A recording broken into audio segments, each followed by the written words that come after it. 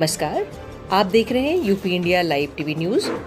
देश प्रदेश के ताजा तरीन समाचारों के लिए देखते रहें निष्पक्ष, निडर, बेबाक आवाज के साथ UP India live TV news. अब समाचार विस्तार से। कैसरगंज सांसद ब्रजभूषण शरण सिंह ने बलरामपुर सदर के बड़ा परेड ग्राउंड में चिंतन सभा को संबोधित करते हुए कहा कि भारतीय जनता पार्टी को सिर्फ हिंदुस्तान ही नहीं, पूरी दुनिया देख रही है। कैसरगंज सांसद ब्रजभूषण सिंह ने कहा कि बलरामपुर सदर से प्रत्याशी पलटू राम को भारी बहुमत से विजयी बनाने की अपील की और कहा कि आप सभी वोटर नहीं हैं बल्कि देश के मालिक हैं और सभी को अपना नुमाइंदा चुनने का वक्त आ गया है। भारतीय जनता पार्टी के अलावा किसी में लोकतंत्र नहीं बचा है। देश में 564 रियासतों को सरदार वल्लभ भाई पटेल ने एक कर दिया, लेकिन नेहरू के हवाले एक जम्मू कश्मीर था। उसके पीछे आज तक न जाने कितने बलिदान हो गए।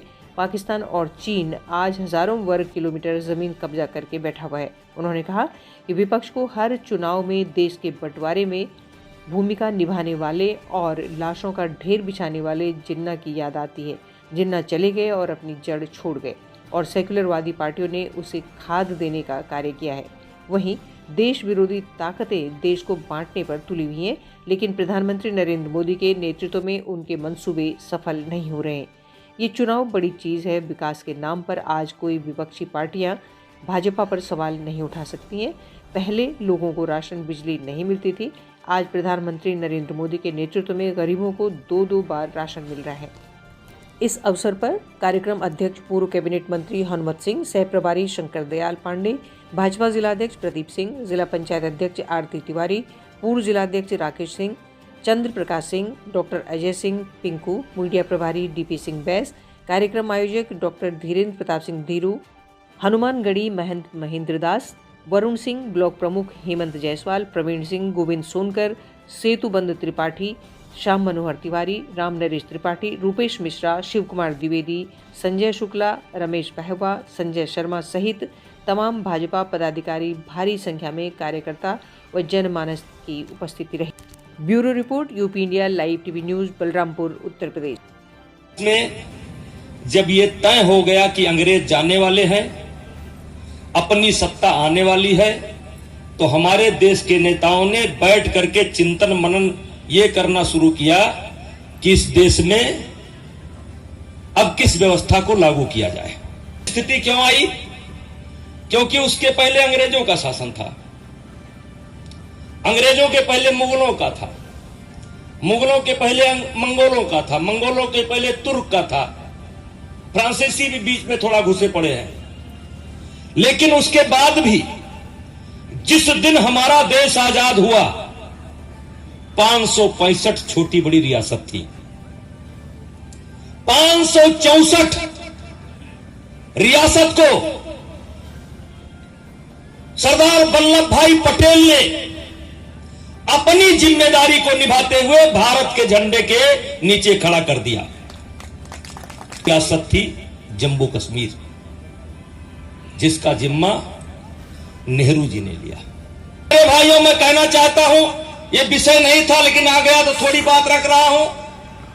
तवारीख की नजरों ने वो दौर भी देखा है, तवारीख की नजरों ने वो दौर भी देखा है, लम्हों ने खता की है, सदियों ने सजा पाई है। 564 रियासत का समाधान सरदार पटेल करके चले गए और एक रियासत जिम्मा लेकर के नेहरू जी बैठे और जिस रियासत की रक्षा के लिए 75,000 नौजवान हमारे शहीद हो चुके हैं, जिस रियासत की रक्षा के लिए, जिस रियासत के सवाल पर श्यामा प्रसाद मुखर्जी का बलिदान हो चुका है और जिस समस्या के कारण आज भी 1,24,000 वर्ग किलोमीटर जमीन पाकिस्तान और चीन के कब्जे में है, ये दर्द कौन लेगा? दर्द कौन लेगा? बताया जाए, लोग सब चले गए, बाजार उठाया जाए, अकेले मेरा गुनाह नहीं है साहब। अंधेरा बोला, अदालत में रोशनी को भी बुलाया जाए, अदालत में रोशनी को भी बुलाया जाए। विधानसभा क्षेत्र तुलसीपुर में समाजवादी पार्टी की ओर से सपा के वरिष्ठ नेता राजेश्वर मिश्र के अगुवाई में ब्राह्मण सम्मेलन का आयोजन किया गया, जिसमें सपा में सन 2022 की कामयाबी के लिए उपस्थित जनों को काफ़ी हद तक जागरूक किया गया।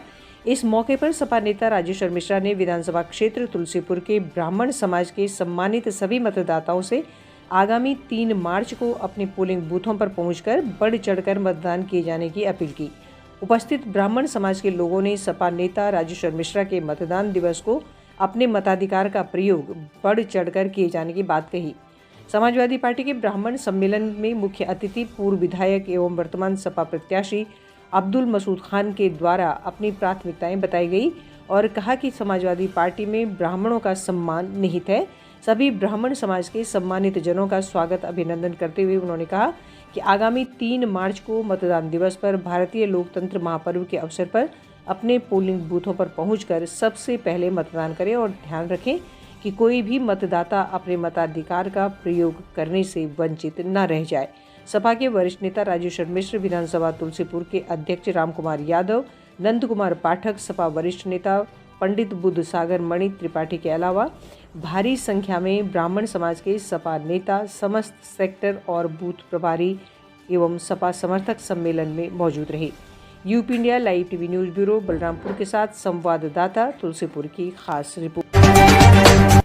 बछवाड़ा बेगूसराय प्रखंड के रानी 2 पंचायत के प्राथमिक विद्यालय बेगमसराय अनुसूचित के प्रधानाध्यापक संध्या कुमारी को मंगलवार दिल्ली के गुंज संस्था के बिहार राज्य कोऑर्डिनेटर अरुण उपाध्याय व अपना आंचल संस्था के सचिव कामिनी कुमारी के द्वारा सम्मानित किया गया। उपाध्याय ने अपने संबोधन में कहा कि अनुसूचित विद्यालय के छात्र छात्राओं को देखकर लगता है कि हम किसी प्राइवेट विद्यालय में आ गए हैं। वहीं विद्यालय के शिक्षक शिक्षिका द्वारा अनुशासित तरीके से छात्र छात्राओं को पढ़ाना विद्यालय के बारे में सब कुछ बयान कर रहा है। उन्होंने कहा कि इस विद्यालय में सबसे बड़ी खासियत है कि लॉकडाउन के दौरान जब लोग अपने अपने घरों में डूबे हुए थे, वैसी स्थिति में सरकारी विद्यालय, उसमें भी अनुसूचित विद्यालय रहते हुए इस विद्यालय के HM द्वारा अपने छात्रों को ऑनलाइन पढ़ाई कर प्रतिदिन बच्चों को शिक्षा प्रदान करने का काम किया गया। इस विद्यालय के बारे में हमारी संस्था की बैठक में उल्लेख किया जाएगा और हर संभव सहयोग किया जाएगा। Bureau report, UP India live TV news.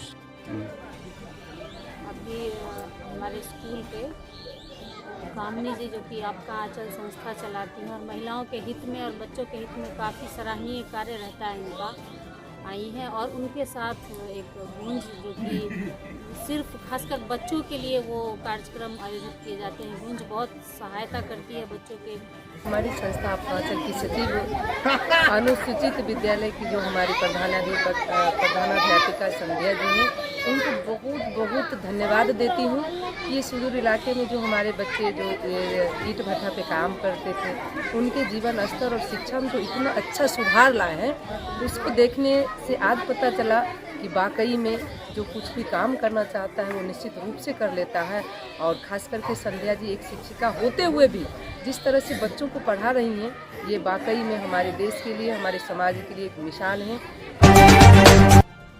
आम जनता पार्टी की विधानसभा क्षेत्र सुल्तानपुर 188 की लोकप्रिय प्रत्याशी शालिनी सिंह पटेल ने अपने समर्थकों के साथ गांव-गांव जाकर मतदाताओं की दहलीज पर दस्तक देकर व्यापक जनसंपर्क किया और महिलाओं, बुजुर्गों का आशीर्वाद प्राप्त कर सभी को मतदान दिवस के दिन अधिक से अधिक मतदान अपने पोलिंग बूथों पर पहुंचकर किए जाने की जोरदार अपील की। उन्होंने कहा कि अन्याय, उत्पीड़न, भ्रष्टाचार, शोषण कतई बर्दाश्त नहीं किया जाएगा और पीड़ित मानवता की सेवा के लिए वे हमेशा तत्पर रहेंगे।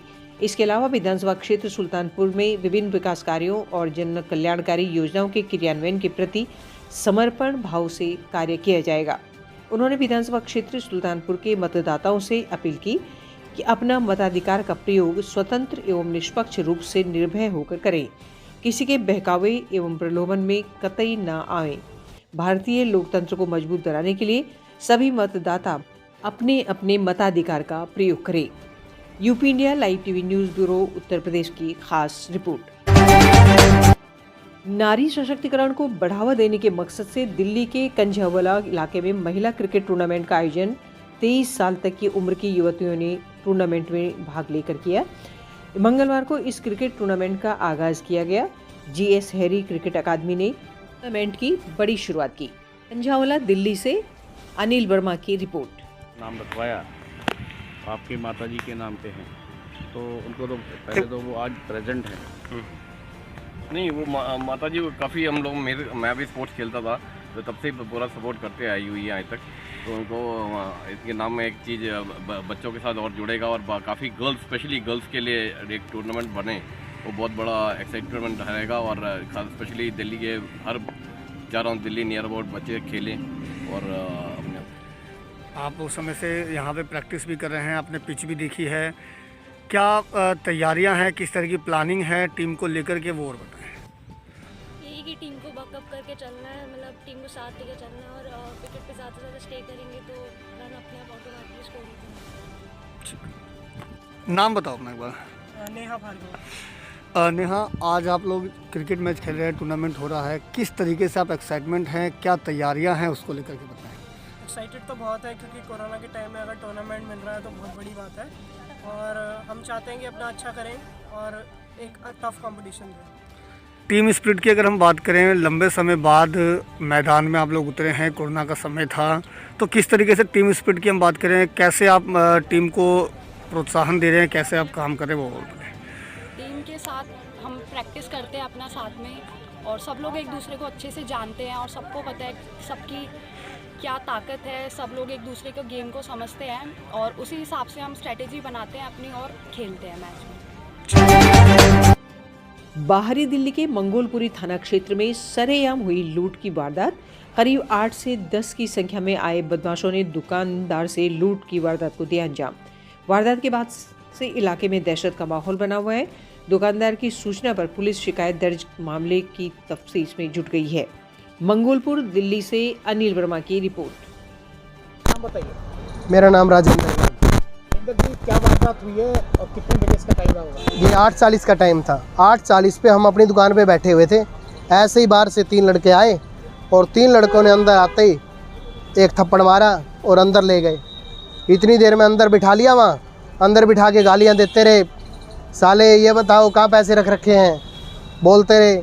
इतनी देर में 3-4 लड़के और आगे बाहर से, वो आके सारा ये पैसे का डब्बा भरा हुआ था, ये पूरा रेजगारी का, ये ले गए। ये ऊपर वाली दराज में 10-10 की गड्डियाँ थी, 20-30, वो ले गए। ये नीचे वाली दराज में पैसे थे, सब ले गए। कितना अमाउंट रहा होगा? 60-70 हज़ार रुपये अमाउंट रहा है। सारा अमाउंट 60-70 हज़ार रुपये था और वो लेके और 2 मिनट के अंदर ही फरार हो गए। किसी के कोई इस प्रदेश के ताज़ा तरीन समाचारों के लिए देखते रहिए UP India live TV news.